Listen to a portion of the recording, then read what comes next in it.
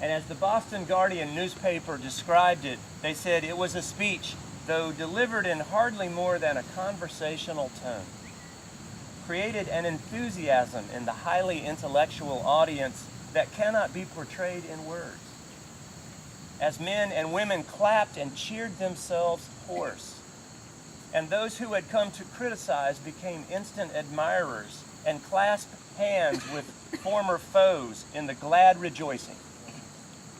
A speech that said John Brown had made himself a traitor to his country so that he might be true to the slaves.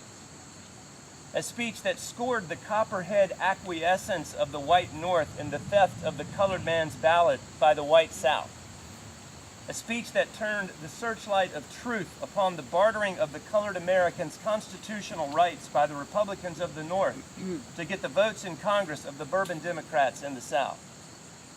A speech that bravely declared that colored men should not hesitate to turn against their former friends and who had betrayed him, or who make terms with former foes, thereby if they could secure rights.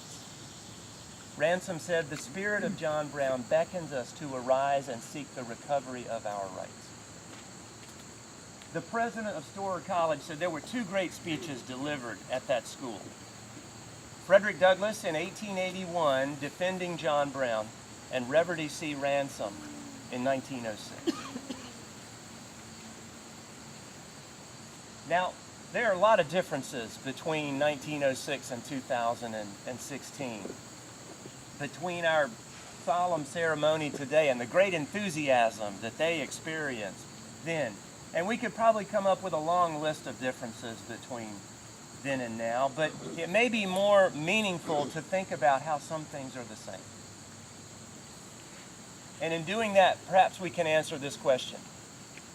Why is the Niagara movement still important today? Listen to the 5 demands that they put in their final document. They called it the Address to the Country. First, we would vote. With the right to vote goes everything. We want full suffrage, and we want it now, henceforth, and forever.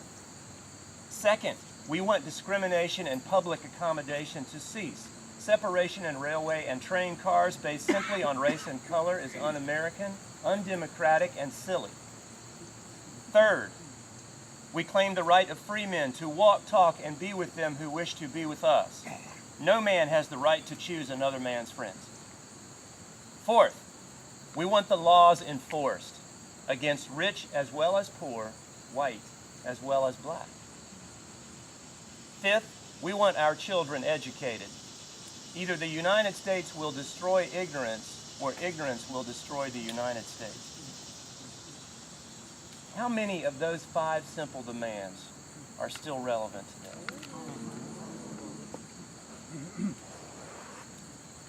Well, maybe this is where we can connect with the Niagara movement in 2016. The pioneers of the Niagara movement were the trailblazers for the NAACP.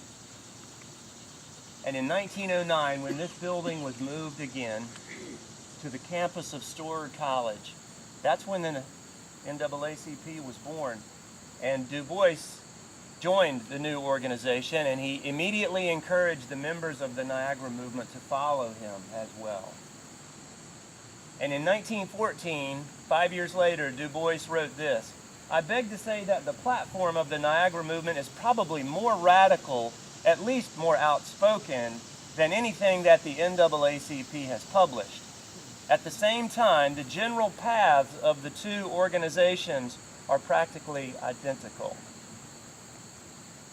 The people of the Niagara movement were the architects that laid the cornerstone for the modern civil rights movement. And in 1906, they shared an experience here of emotion and enthusiasm that stayed with them for the rest of their lives. And in conclusion, 40 years after this meeting, when Du Bois wrote his autobiography, he looked back at these meetings, at the speeches, at the field trips, and he wrote, "We had in spirit, if not in numbers, one of the greatest meetings that American Negroes have ever held."